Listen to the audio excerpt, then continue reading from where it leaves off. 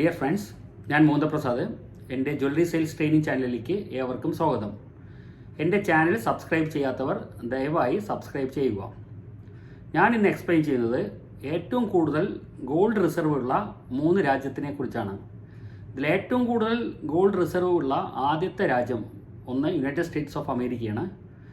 ഏകദേശം 8133 tons of gold US-ൻ്റെ റിസർവായിട്ടുണ്ട് എന്ന് കരുതപ്പെടുന്നു. രണ്ടാമത്തെ രാജ്യം ജർമ്മനിയാണ്. ഏകദേശം 3395 ടൺസ് ഓഫ് ഗോൾഡ് ജർമ്മനിയുടെ കൈവശമുണ്ട് എന്ന് കരുതപ്പെടുന്നു. മൂന്നാമത്തെ രാജ്യം ഇറ്റലിയാണ്.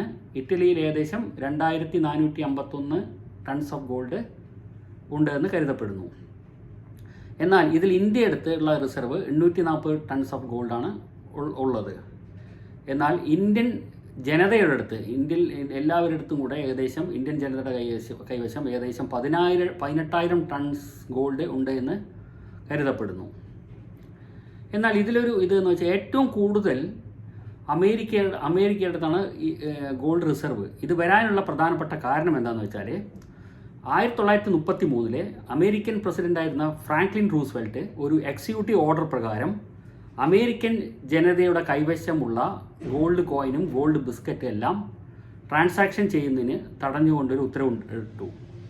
അതിനുശേഷം അമേരിക്കൻ ജനതയുടെ കയ്യിലുള്ള എല്ലാ ഗോൾഡ് കോയിനും ഗോൾഡ് ബിസ്ക്കറ്റും അത് ഫെഡറൽ റിസർവ് ബാങ്കിലേക്ക് സെല്ല് ചെയ്യണമെന്ന് പറഞ്ഞു. എല്ലാ സിറ്റിസണും അത് സെല്ല് ചെയ്തു. ഏകദേശം $35 എല്ലാം അവരുടെ നിന്ന് ഗോൾഡ് വാങ്ങിച്ചത്.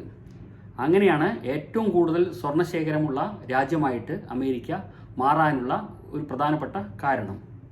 Okay friends, thanks.